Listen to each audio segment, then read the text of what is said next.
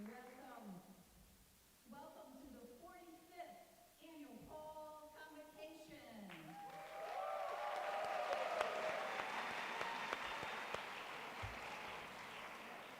Each year, we gather to welcome our incoming students and recognize individuals who contribute to excellence in the honors community across campus. I'm Heidi Apple. Many of you know me, and if I haven't met you yet, I hope I do soon, the Dean of the University of Houston's Honors College. I'm proud to be the dean of one of the best honors colleges in the country.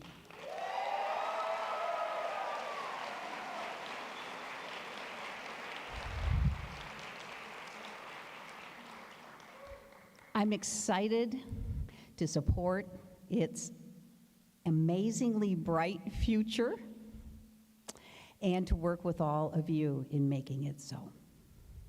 Before we get started, we have some special guests I'd like to introduce.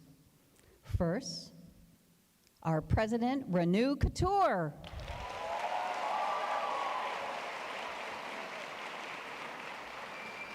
Thank you for being with us tonight. University administrators and friends, we appreciate you being here. We're so glad you can join us in this celebration. As many of you know, it takes a campus to raise an honor student, and their success is your success, supported by the many partnerships we have across campus. I'm going to introduce a few of them to you, and as I mention your name, I'd like you to stand, but the audience, I'd like you to hold your applause until we get through each group. First, Paul Kittle, Vice President for Student Affairs.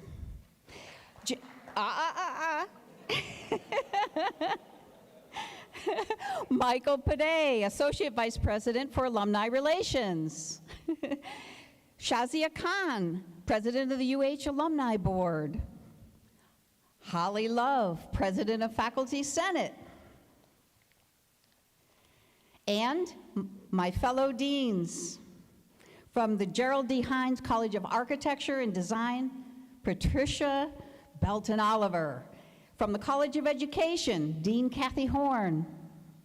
From the College of Liberal Arts and Social Sciences, Dean Dan O'Connor. Thank you for being here.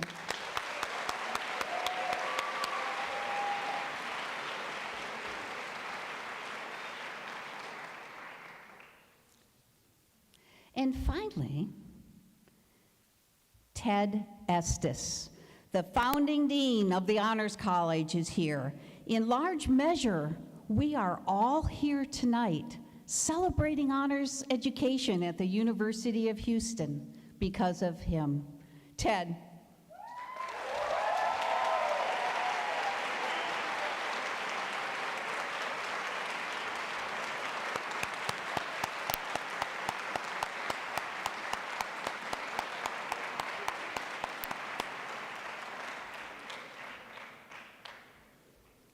Will the alumni of the Honors College please stand?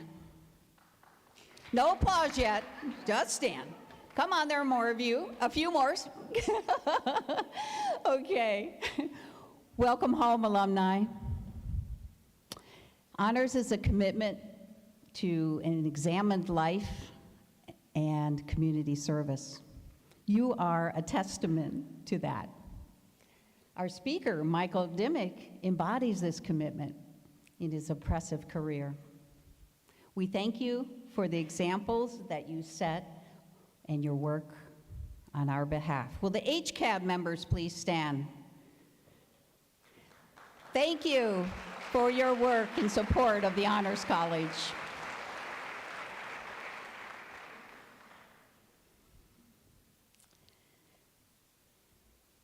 Will the class of 2028 please stand?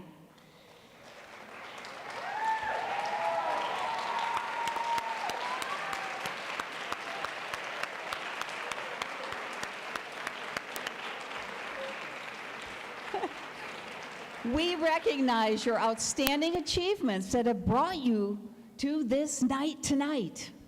We're excited for the personal and intellectual growth you're going to experience over the next 4 years. Will the continuing honors students, faculty, and staff please rise?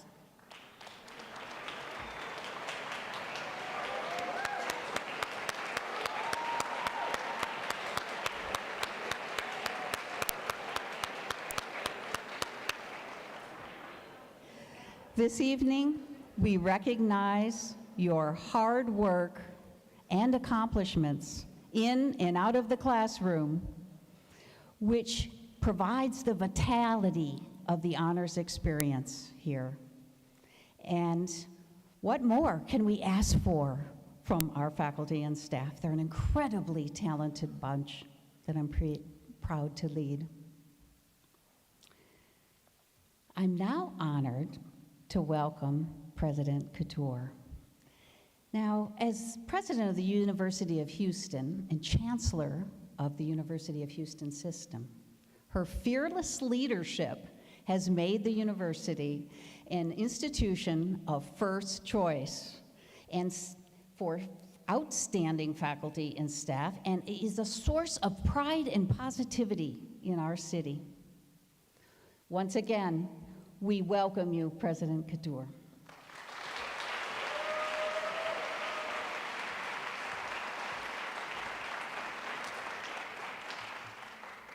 Well, good afternoon, good evening.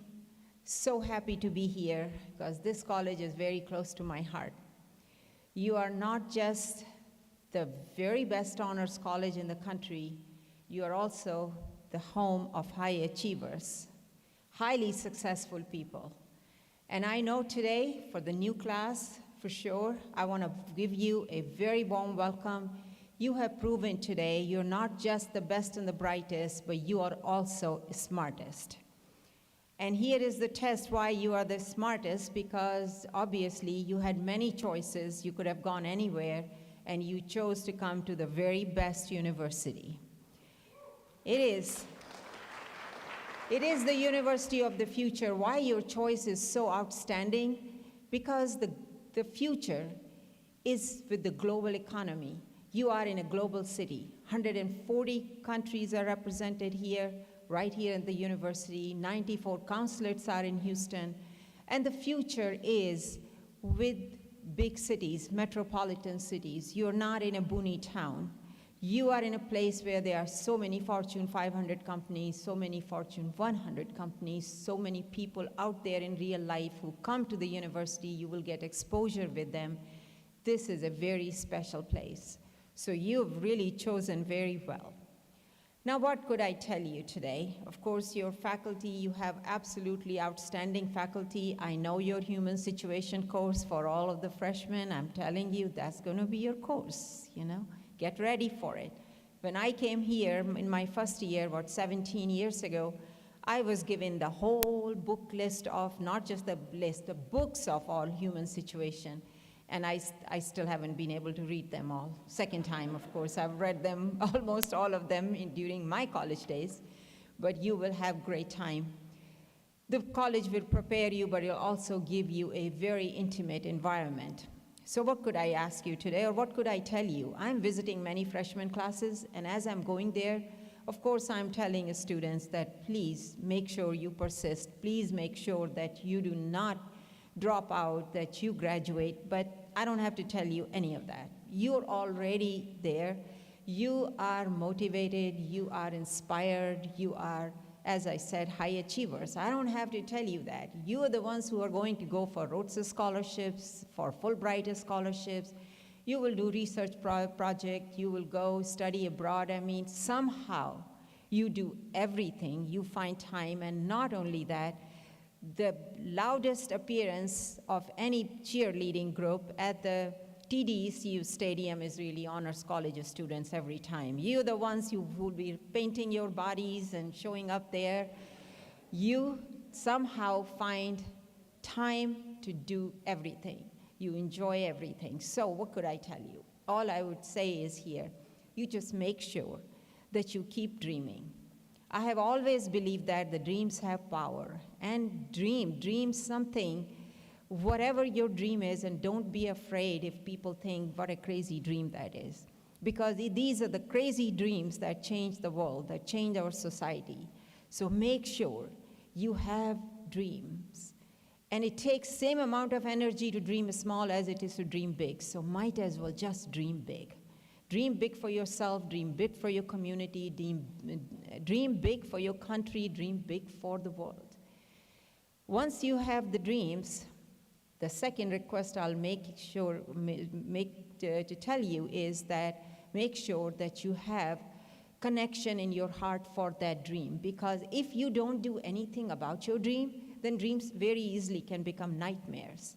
And how do you persist with your dreams is when you've got passion in your heart. So make sure whatever your dream is, it's connected with your heart. And once you find that, you would have found a magic. Nothing can stop you, nothing will make you quiet down, and you will keep rolling. So your dream and your passion, and once you've got two things, you will be enormously successful. So all I'm going to ask you is make sure you remain humble. Always acknowledge the people who are traveling with you, who are supporting you, who are helping you in your journey. And that makes it an obligatory thing for you to help others. You will find people who are anxious, who may get in trouble for academic reasons. They may not be in honors college because everybody's high achiever here, but you will find those maybe outside. Anytime you find somebody you think you could be part of their journey, their dream, you could help them, please make sure you do. Success is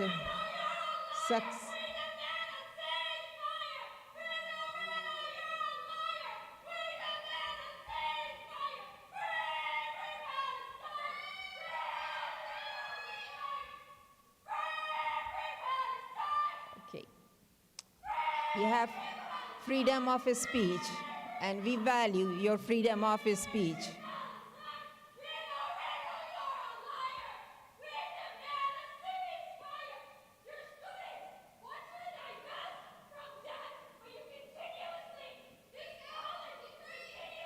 Thank you.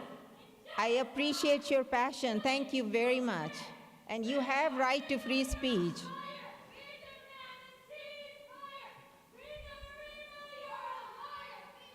Okay, thank you. I heard you. I'm hearing you. Thank you.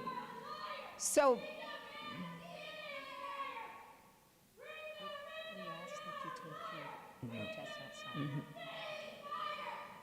okay. If you don't mind, just take your protest outside. That would be nice. Thank you. I hear you.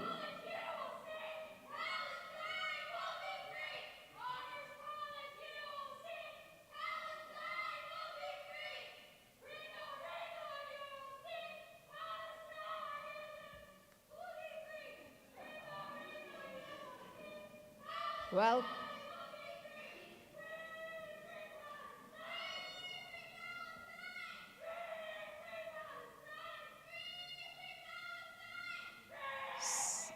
so what you see is really what we value at the university.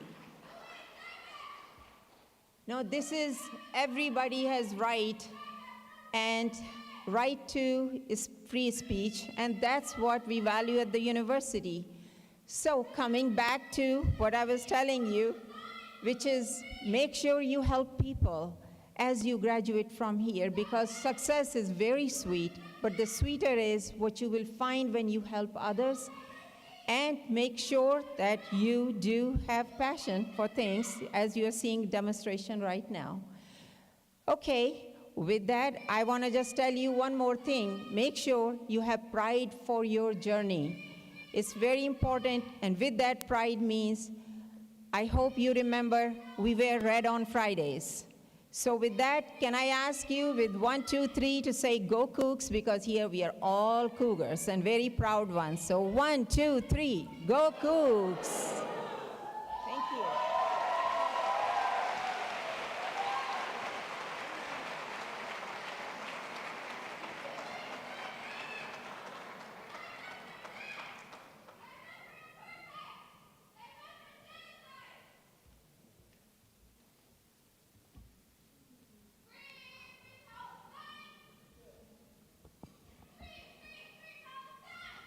Thank you, thank you, President.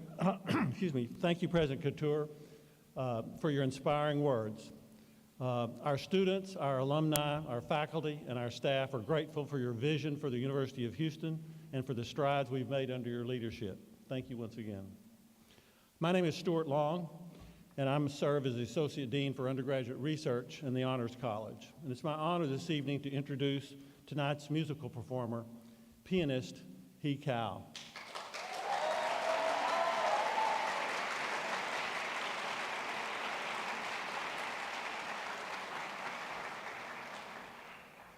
I first heard Key play the piano at the annual Honors College retreat that's held in Camp Allen near Navasota, Texas, about 2 years ago. As part of the retreat, there's a talent show called the Honors Follies. It's often a mixture of comedy sketches and music and dance performances that are presented by our very talented students. Imagine, if you will, that scene immediately following a comedy sketch by our upperclassmen counselors, a young student just beginning his first year at the University of Houston, sitting at a piano in front of a packed audience of his peers, dressed in shorts and a t-shirt, and suddenly stunning the audience with the most amazing classical piano piece. Little did I know at the time that this impressive young man was a biochemistry major who's also played piano for many years. The breadth of his interests, spanning science, music, and the arts, showcased the range of talents embodied by our Honors College students. He also serves as an honors mentor, guiding and supporting fellow students in their academic and personal growth. For your enjoyment tonight, I'm honored to present He Cal.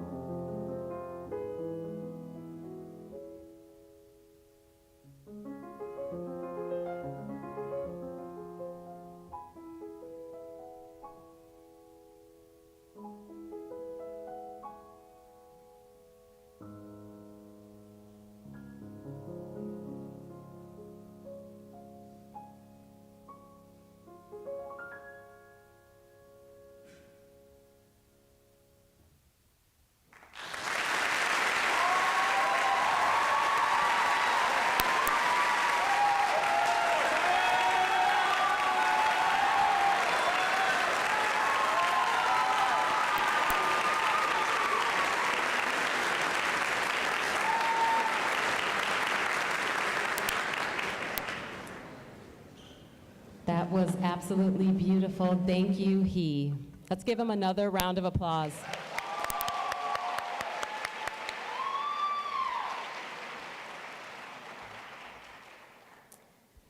All right, good evening. I am Dr. Christine Laveau-Haley, a political science professor in the Honors College. I am pleased to introduce our speaker for tonight, Michael Dimick. Dr. Dimick is president of the Pew Research Center, a nonpartisan fact tank that informs the public about the issues, attitudes, and trends shaping America and the world.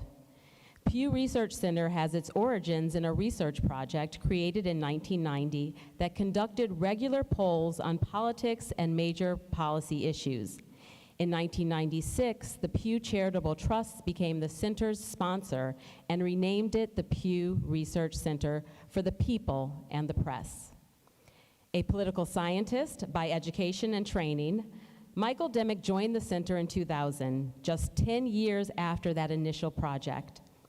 He became director of the center's political polling in 2012 and president in 2014. As an expert on American political opinion, he co-authored several of the center's landmark research reports, including studies of long-term trends in American political and social values, and reports on views of the candidates, campaigns, and key issues during several presidential election cycles. In 2014, Dr. Dimick oversaw the execution and analysis of the largest U.S. political survey that the center had ever conducted. The survey provided in-depth, groundbreaking examination of the nature and scope of political polarization within the American public. Dr. Dimick has been a frequent commentator on public opinion and politics for major media organizations, and has appeared as a guest analyst on numerous television and radio programs. He has published articles on voting behavior, public opinion, and survey methodology, and is a sought-after speaker, having presented at such venues as the Aspen Ideas Festival and the Milken Institute Global Conference, and other various professional symposia. Most importantly, Michael Dimick received his BA in political science from the University of Houston.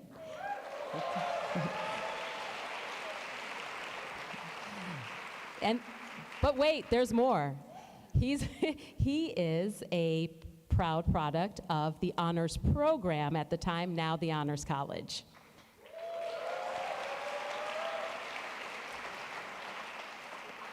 He says that his studies and experiences in the political science department kick-started his career in public opinion research and political analysis and provided the foundational resources to be successful.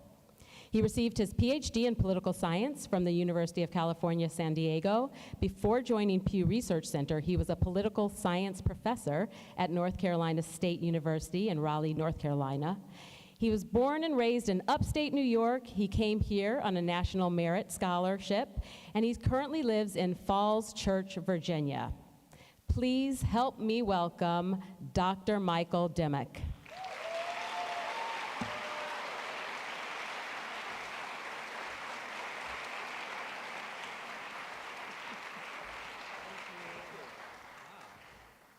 Thank you very much. That was the longest introduction I think I've ever had.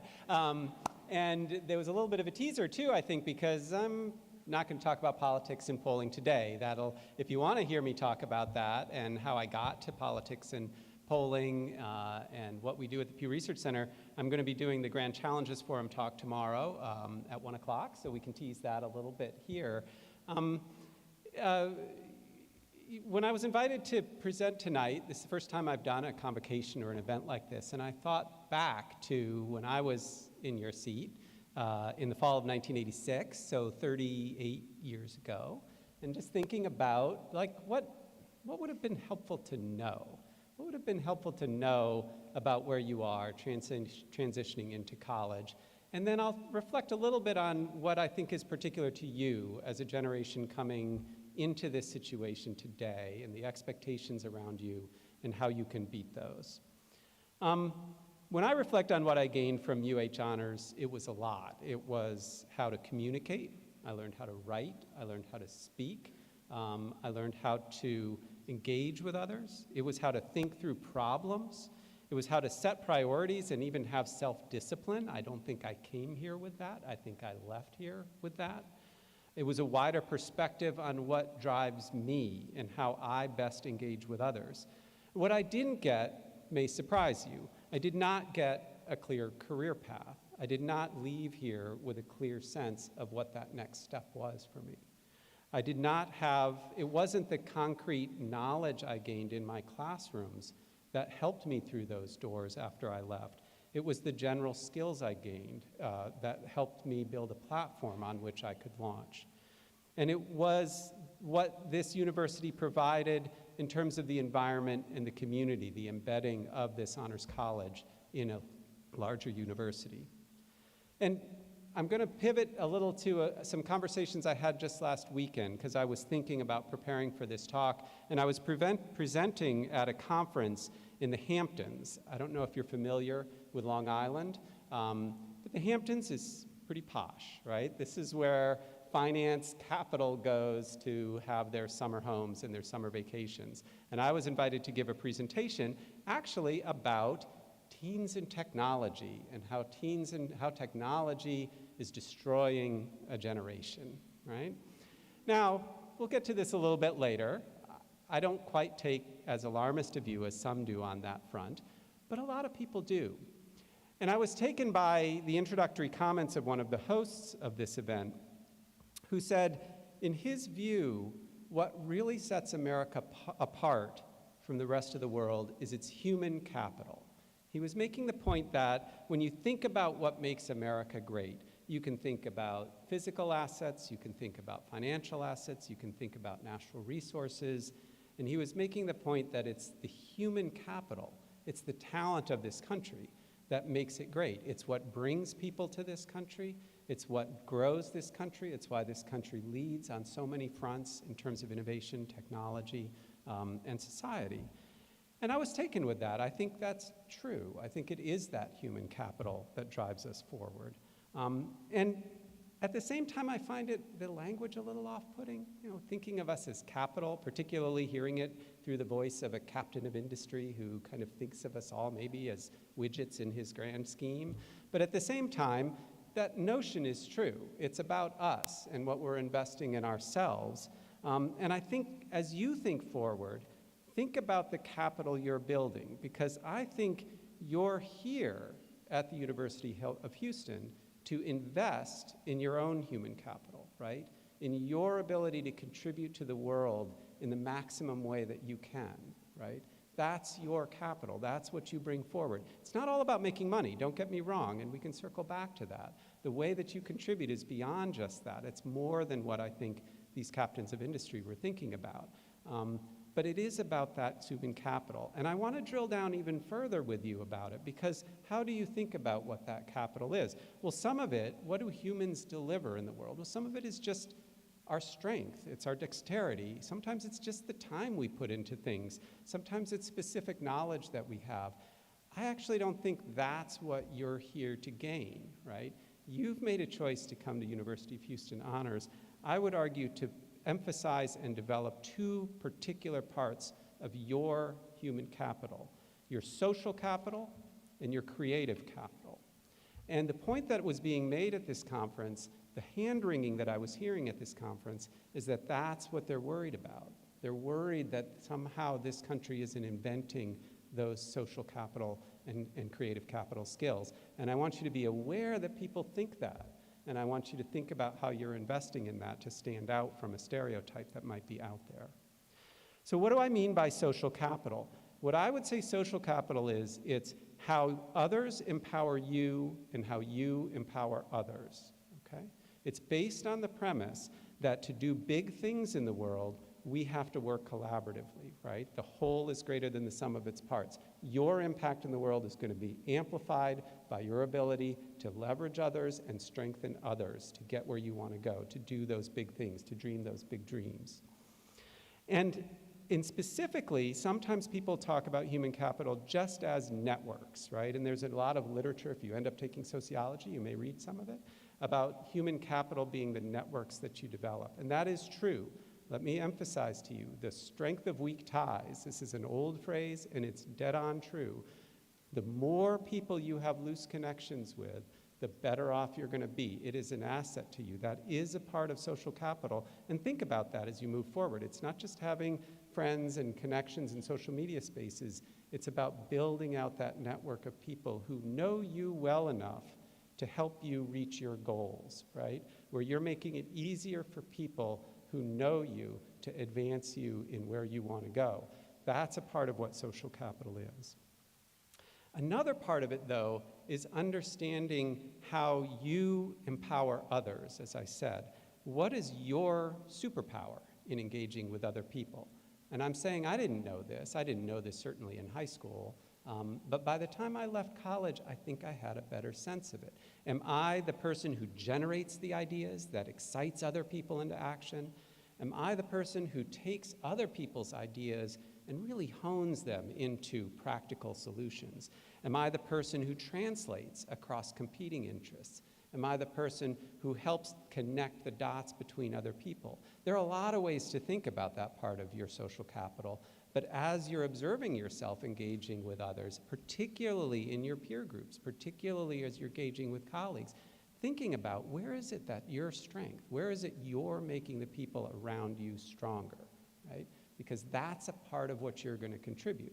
It's not just your individual contribution, it's what you're doing to make others around you stronger. It's sort of an old sports metaphor, right? The strongest player the most valuable player on the team is the player that makes all the people around them stronger, and that person is made stronger by knowing what the other people around them can do for them. Now let me talk briefly about the creative capital, because I think this is important too.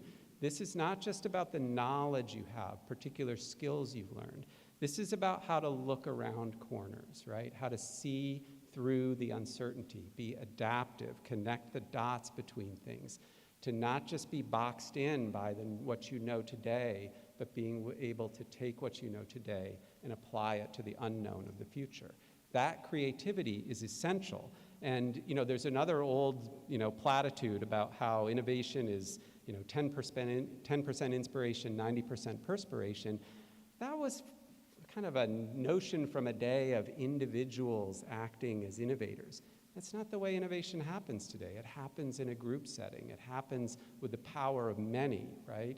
And so it's, that 10%, 90%, that's only half the equation today. The other half is the ability to communicate, the ability to adapt, the ability to shift with changing circumstances. Those are some of the broader skills. Those are some of the broader capital that you're going to need to develop and that you have the opportunity to develop when you're in college.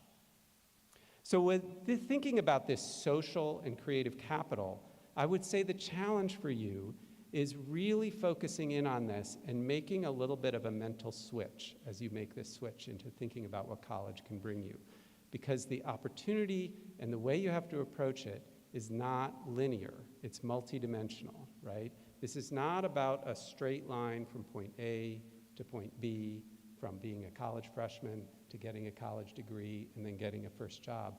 It's about thinking about a multitude of different experiences and opportunities that you can have while you're here that are going to give you a foundation, not necessarily a straight line or a destination. It's not a single outcome. It's about this launch pad, this platform, these skills that you're going to leverage and build on for the rest of your career. That's been my experience. So let me give you 4 specific pieces of advice that I think you can follow and think about as you're going through this transition and this experience. First off, and it's obvious, but so many people miss this opportunity, get to know your professors, okay? That's the magic that you have in this program. You are in the middle of a world-class university in a world-class city, and you also have the advantage of a tight community of scholars who are going to care about you as an individual. And if you build a relationship where they understand you, where they understand your dreams, your concerns, what's worrying you about your future, they're going to be able to help you. They're going to be able to help you navigate that. They're going to be able to help launch you even after you've left here. But you have to give them the opportunity to do that. You have to get to know them. Get to know your professors. first name basis. Make that a part of your goal while you're here. If you miss that opportunity, you're missing a huge part of the social capital that you could get while you're here. Another piece of advice I want you to think about, don't limit yourself. Something I think of as sort of identity traps. Most of us have created a sense already of what we're good at and what we can't do. What I so often hear are things like, well, I'm just not good at math, I'm not good at numbers, or I'm shy, I can't do public speaking, or play beautifully in front of a crowd of people. You know, we have these narratives about ourselves. You have them, right? You have things that you think you can't do. And I think you have to challenge yourself to push past those things. Those are narratives you've told yourselves. They're not actually limitations. Find a way to push against those narratives. This is the opportunity to get past that and think about yourself in a different lens. A related piece of advice, and I really want to emphasize this, don't let perfection stall you. I think this is a stereotype of your generation that I think has a ring of truth to it. If you're used to being a straight A student and you want to get everything perfect, that can actually stall you. It can lead you to short-range thinking rather than long-range thinking. And it can lead you to not challenge yourself. It can lead you to lean into the things you're already good at rather than challenging yourself to push into the things that you're not necessarily good at yet. And those are the things that build out that foundation that I'm talking about. So maybe one way to think of it is, if you're used to being a straight A student, set a goal of getting 2 or 3 Bs while you're here at college. I don't know if you guys like that, but do it for the right reasons, not because you slacked off and sat in the back of the room, right? Do it because you put yourself in a position that you didn't think you'd be good at. You put yourself in a class that didn't feel quite comfortable, but that you thought could pull you in a new direction. And maybe the answer is it didn't work for you, but you tried it, and that's a better story for your future. That's a learning that you're not going to get if you only focus on your existing strengths. So don't let a desire to be perfect, to get everything perfect, keep you from seeking those opportunities. And then my final piece of advice is learn to navigate stress, not avoid it. In fact, I was walking in with somebody I'd met in a class earlier today and asked if I was nervous. Yeah, I'm nervous. Yeah, I'm nervous. That's a strength, right? Take that nervousness, take that anxiety, and make it a part of how you move forward. Understand how stress can work for you. There's 1,000, 1,000,000 different kinds of stress out there. Avoid the kinds that defeat you and learn how to work with stress in a way that can strengthen you. You're not going to avoid stress in your life. It's not going to happen, right? Figure out how you can work with it. But if you go through life trying to avoid it, you're, again, creating a trap for yourself. You're not going to allow yourself to reach that full potential. Now, again, I want to circle back to what I heard from some of these people at this conference. There's a sense that some people have that this is a generation that's been hobbled by technology, that can't get their eyes off of their screens, that social media has created a short attention span, an inability to focus, an inability to think creatively, an inability to develop real social capital as opposed to mediated social capital. There's a sense that that's created a fragility in a generation, and there's a lot of nervousness about that ability to contribute. Right? I'm not saying this to put you down. I'm not saying this to paint you into a box. I'm saying this because this is out there. It's out there in the conversation, right? And you're going to have to stand up against that. You're going to have to prove that that's not you. And that may seem unfair, right? Your response to that might be like, that's BS, the heck with you. That's not the right response, right? The right response is to beat them at their own game, right? To prove that that's not true, right? They're the ones with the power right now. You're not going to change that. The way to do it is to beat them at their own game. And the way to think about it is that's actually an advantage because they're underestimating you. And the best thing to do when somebody's underestimating you is to actually exceed those expectations, blow past those expectations, be way more than they think that you could have been. Then you're going to stand out even more. I was Gen X. We were the slacker generation. There were all sorts of stereotypes about us when we were coming out of college, right? And the way you beat that was to just go right past it, not to gripe about it, moan about it, and say that it's unfair. So focus on that. Think about that. You've landed in the right place at the right time. The world needs creative capital. It needs social capital. You've put yourself in a place where you can advance both of things to maximum effect, but you're accountable for it. Nobody's going to do it for it. The professors aren't going to do that for you. You have to do that. You have to seize that opportunity in order to take the opportunity you have here and turn it into the future that you want. So, thank you very much.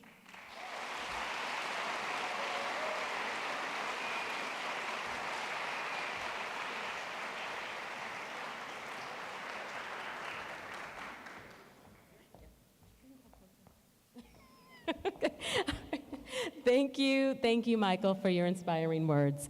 We are so thankful that you were able to take the time to come back home to the University of Houston to speak to us tonight. I have a small token of our appreciation for you. Let's see. That doesn't look small. I was told to reach under. Okay, so included in this bag. So I hope you flew on Southwest. This is going to be $100 for you to check it. Okay, so these are texts representing the Honors College signature course. Of course, you know it, the Human Situation course. I know there were probably you guys. Yeah, these are. Are you serious? We know there have been times in your life that you wished you had your old copy of the Iliad. So here it is, and many more. Thank you so much. Let's give them another hand.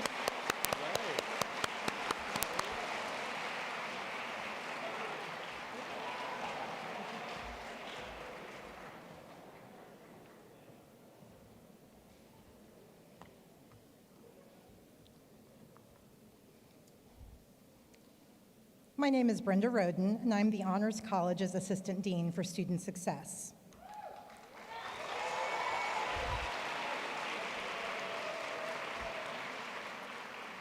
We have now reached the recognition portion of the ceremony this evening, and it is my pleasure to recognize a number of talented University of Houston students.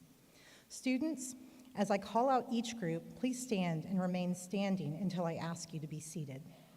Audience, as I'll be listing several groups, similar to Dean Apple, I ask that you hold your applause until we reach the end of each set of recognitions. Each year we identify our very best first-year students. We recognize them individually this past spring at the Undergraduate Scholars and Major Awards Dinner, but I would ask for the outstanding first-year students to stand and be recognized.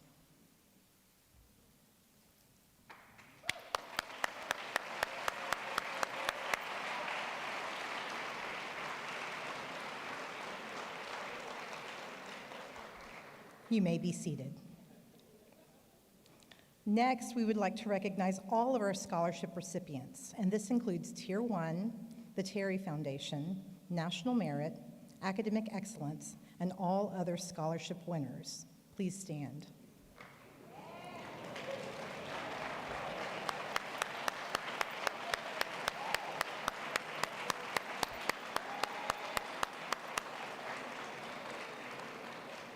Please be seated.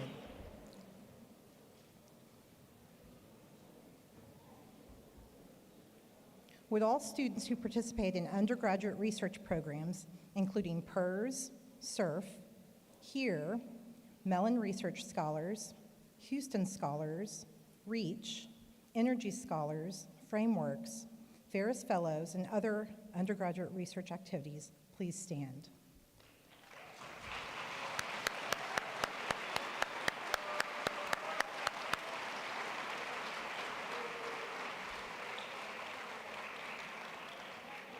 Please be seated. Finally, please stand if you're a member of Phi Beta Kappa, Phi Kappa Phi, or Omicron Delta Kappa, the National Honor Societies facilitated by the Honors College.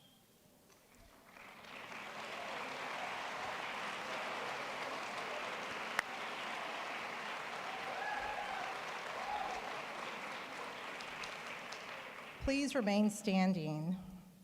Please remain standing. And please also stand if you have found success as a recipient or honoree of a nationally competitive scholarship or fellowship. Many of these students are currently abroad, benefiting from the experiences their awards are making possible. Okay?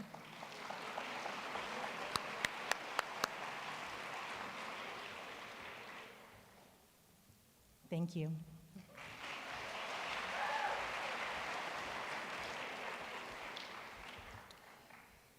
Thank you, Dean Roden. My name is Jonathan Williamson, and I'm the Honors College's Associate Dean for Academic Programs and Faculty Affairs.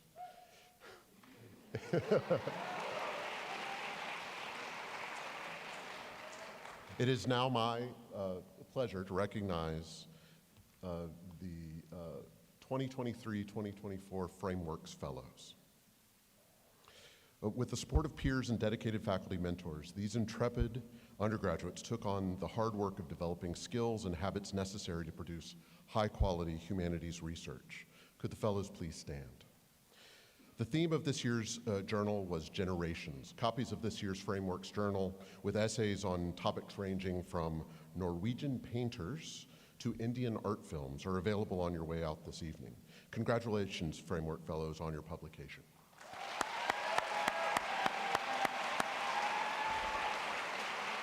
And you may be seated. Every year at Convocation, we award the Frameworks Prize for Excellence and occasionally honorable mentions. We ask that you hold your applause until I announce all of the awards. The first honorable mention goes to Anne Faye Sternberg for their article entitled The Rejection of the MS St. Louis, the United States, Refugees, and Bureaucratic Apathy. The faculty mentor was Abigail Modaf. The second honorable mention goes to Amna Siddiqui for their article entitled For Myself Alone, Revolutionary Violence in Crime and Punishment and the White Tiger. The faculty mentor was Oritro Majumder. And the 2024 Faculty Prize for Excellence in Undergraduate Research in the Interdisciplinary Humanities goes to Mariam Azawi for their article Shifting Perspectives, a comparative analysis of Khalid Muhammad Khalid's work on Islamic governance. The faculty member was Hassam Abul Ella. The adjudicators lauded Mariam's article as exceptional work and an excellent historical analysis with robust argumentation that invites scholarly attention at levels befitting a graduate student. Please join me in congratulating all three authors.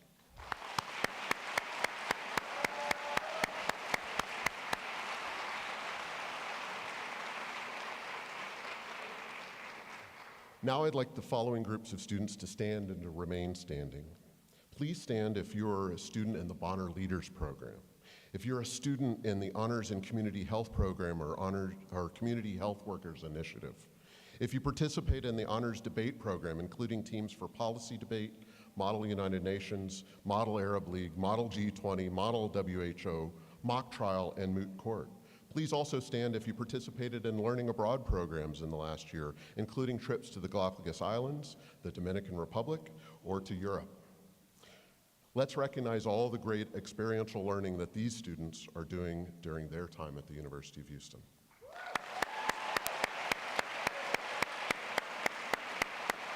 Thank you, and be seated. Finally, I'd like to recognize the contributions of the many faculty and staff from across the university through their mentorship of our students in and out of the classroom. If you've mentored any of our students in any fashion, please stand so that we can acknowledge your contributions. Don't be shy.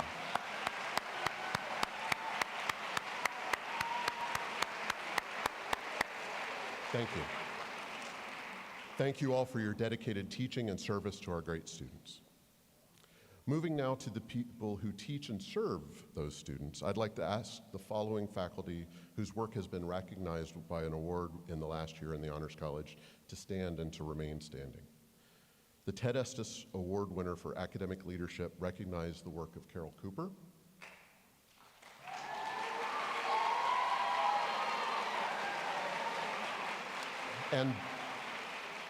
And the B. and Key Wong Faculty Award for Excellence in Honors Engagement went to Dustin Gish.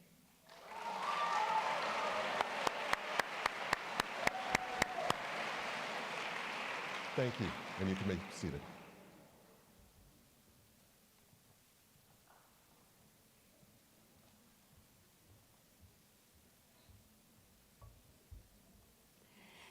As you can see, it does take a campus to raise and honor students.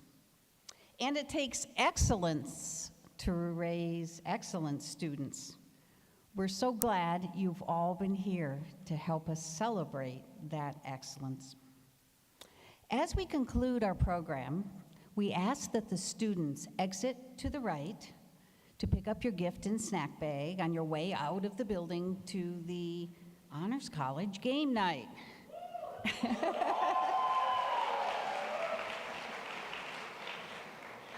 All other guests, please turn to the left as you exit the auditorium to join us for a reception. Now, let's end with a full-throated Go Cougs led by some of our honors students.